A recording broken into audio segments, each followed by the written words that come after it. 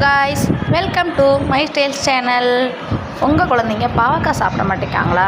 அப்போ இந்த மாதிரி செஞ்சு கொடுத்து பாருங்கள், சூப்பராக சாப்பிடுவாங்க. பாவக்காயை ரவுண்டாக ஸ்லைடாக கட் பண்ணி வச்சுக்கோங்க. நீங்கள் ரொம்ப கொஞ்சம் தடிமனாக வேணாலும் கட் பண்ணிக்கலாம், இல்லை கொஞ்சம் லேஸாக வேணாலும் கட் பண்ணிக்கலாம். அது உங்கள் சாய்ஸ் தான். நல்லா கட் பண்ணி எடுத்துகிட்டு விதை ஒன்று பழுத்திருந்ததுன்னா அந்த கொட்டையில் இருக்க அந்த விதையை ரிமூவ் பண்ணிடுங்க.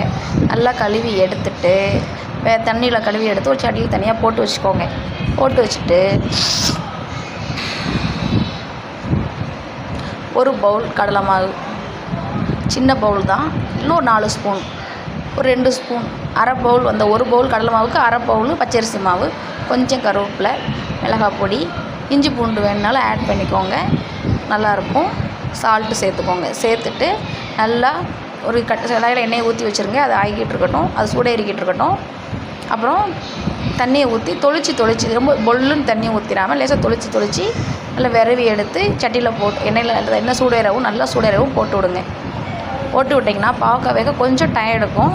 கொஞ்சம் நல்லா முருகை விட்டு எடுத்திங்கன்னா ரொம்ப கசப்புத்தன்மை இருக்காது, சூப்பராக இருக்கும் சாப்பிட. பாவக்காய் சாப்பிடாத குழந்தைங்க கூட ஏதோ வெங்காய வடை சாப்பிட்ற மாதிரி ஈஸியாக சாப்பிடுவாங்க. நீங்களும் செஞ்சு பாருங்கள். நல்லா கொஞ்சம் கிண்டி விட்டுக்கிட்டே இருங்க. இந்த பாருங்கள், எவ்வளோ ஒரு நார்மல் பக்கோடா கணக்காகவே வந்துருச்சு. நான் இங்கே எனக்கு லக்னோவில் பெரிய பெரிய பாவக்காவாக கிடைக்கும். அதில் கொஞ்சம் கசப்புத்தன்மை அதிகமாக இருக்கும். இந்த மாதிரி தான் என் குழந்தைங்களுக்கு செஞ்சு கொடுப்பேன். சூப்பராக சாப்பிடுவாங்க. அதை ஒடிச்சு பாருங்கள், எவ்வளோ கிறிஸ்பியாக இருக்குதுன்னு மட்டும் பாருங்கள். இந்த மாதிரி செஞ்சு கொடுத்து பாருங்கள், உங்கள் குழந்தைங்க சூப்பராக சாப்பிடுவாங்க. என் பசங்க 2 பேருமே பாவக்காய் விரும்பி சாப்பிடுவாங்க. எங்களுக்கு ஃபேவரேட்டே என் பிள்ளைகளுக்கு அதான். பிடிச்சா லைக் பண்ணுங்கள், சப்ஸ்கிரைப் பண்ணுங்கள், செஞ்சு பார்த்துட்டு எப்படி இருக்குன்னு கமெண்ட் பண்ணுங்கள்.